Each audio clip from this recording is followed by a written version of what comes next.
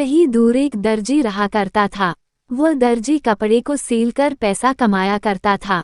वह बस इतना ही पैसा कमा पाता था जितने से उसका जीवन चल सके।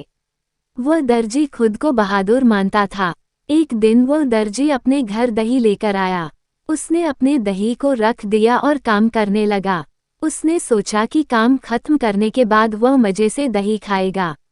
कुछ देर के बाद दर्जी का काम खत्म हो गया तो वह अपने दही को खाने की ओर बढ़ा, पर दही में अब तक बहुत सी मक्खी बैठी हुई थी। दर्जी को उन मक्खी पर गुस्सा आ गया। उसने एक कपड़े से मक्खियों को मारा। कपड़े से मारने के कारण 7 मक्खी तुरंत ही जमीन पर गिरकर मर गई। इससे दर्जी बहुत ही खुश हुआ। उसे खुशी हो रही थी कि उसने कैसे एक बार में 7 को मार गिराया। अब उसके मन में बैठ गया कि वह एक बहादुर है। उसने अपने कपड़े पर लिखा, एक वार 7 शिकार। वह अपने बारे में सभी को बताया करता था कि वह एक बार में 7 को मार सकता है। ये सुनकर सभी ही उसको बहादुर मानने लगे थे। एक बार उस राज्य के राजा को एक दानव से परेशानी हो रही थी। वह दानव राज्य के पास ही एक जंगल में रहा करता था। वह समय समय पर राज्य पर हमला करता और लोगों को मारकर खा जाता है। एक दिन राजा को पता चला कि राज्य में एक ऐसा बहादुर है जो कि एक वार में 7 शिकार करता है। राजा को लगा कि यही वो बहादुर है जो कि हमें उस दानव से आज़ाद करा सकता है। अगले दिन ही राजा से उस बहादुर दर्जी को अपने दरबार में बुलाया। ये खबर सुनकर दर्जी रात भर सो न सका।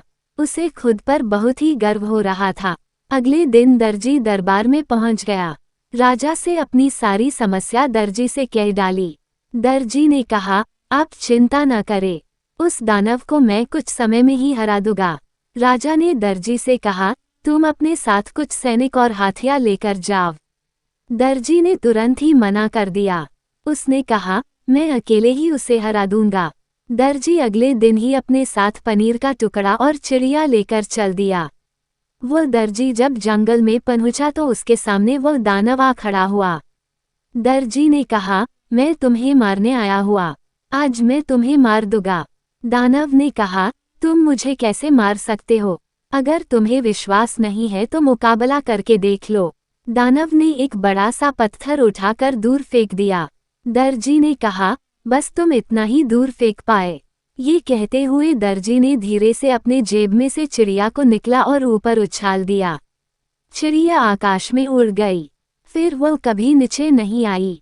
दानव इस दर्जी से थोड़ा डरने लगा। फिर दानव ने एक पत्थर को इतना दबाया कि उसमें से पानी निकल गया।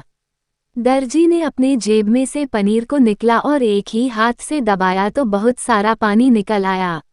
अब दानव ने अपना घुटने टेक दिया। दानव ने कहा, आप मुझे न मारे। दर्जी ने कहा, मैं तुम्हें एक ही शर्त पर नहीं मरूंगा। वो शर्त है कि तुम इस जंगल को छोड़कर कहीं दूर चले जाओ। दानव ने इस शर्त को मान लिया। उसने अगले पल ही इस जंगल को छोड़ दिया।